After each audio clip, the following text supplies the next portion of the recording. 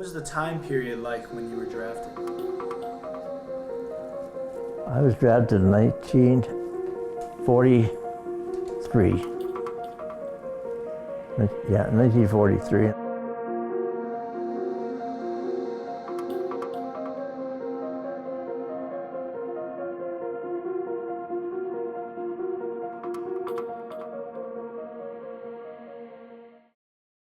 A date which will live in infamy.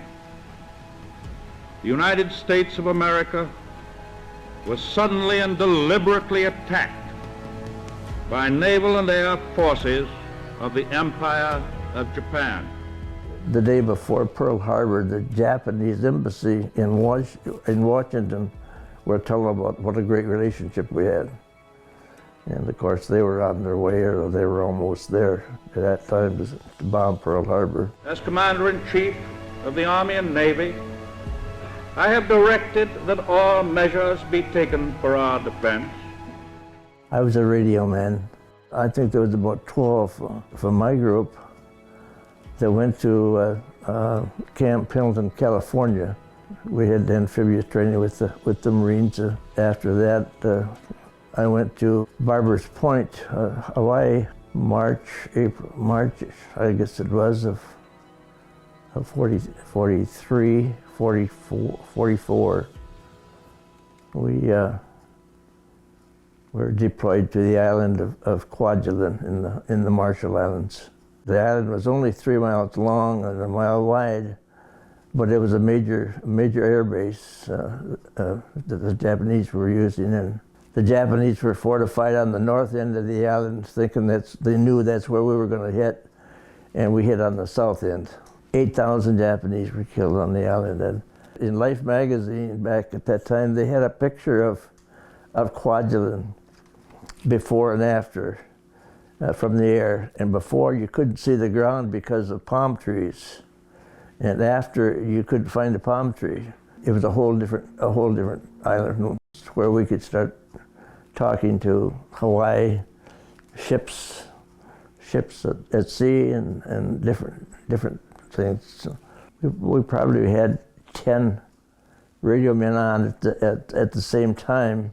We would have a relief maybe after an hour. We'd be sitting there and we'd have someone else relieve us. We had a decoding room, which was another tent attached.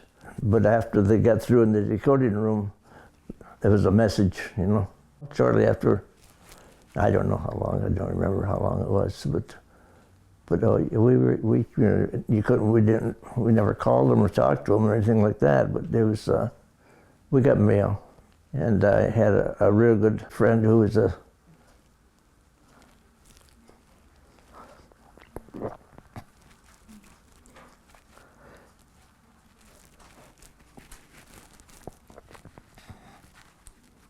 P-38 fighter pilot in Germany, in Europe, who got shot down.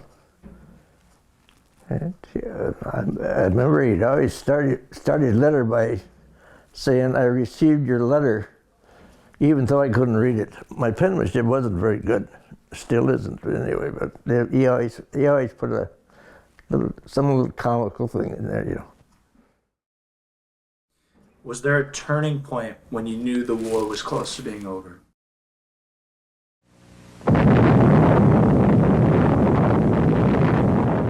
We knew it when we dropped the bomb. And I've had people say to me that was a terrible thing, and it was a terrible thing. We killed a lot of innocent people, a lot of innocent people. My answer to that was that we were getting close to Japan. We had Iwo Jima, we had different places that we had secured, and our next invasion would have had to have been Japan. And we would have lost hundreds of thousands of American Marines, Army, Navy. So if we'd had to invade Japan.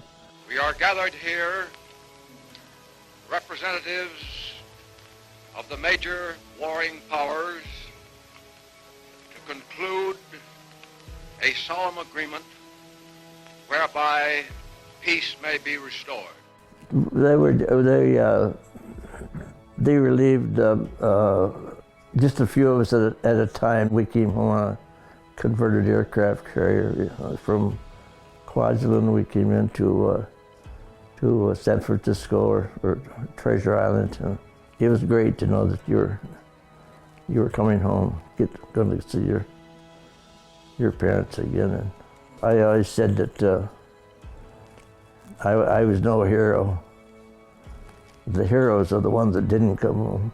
I had a cousin Clyde Brown, who went through the Death March of Bataan. It was in the Philippines, and it was a march where the Japanese made our troops march for miles and miles and miles. And then he died in a Japanese prison camp. You know, he was one of the heroes, and all the other guys that gave their lives for that.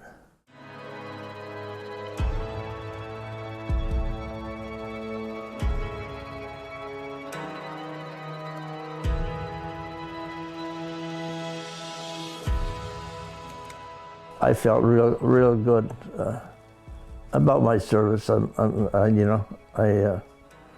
was glad to do it, and I was glad I could help. I guess I wouldn't pay a dollar to have to do it again, but I wouldn't take a lot of money for the experience.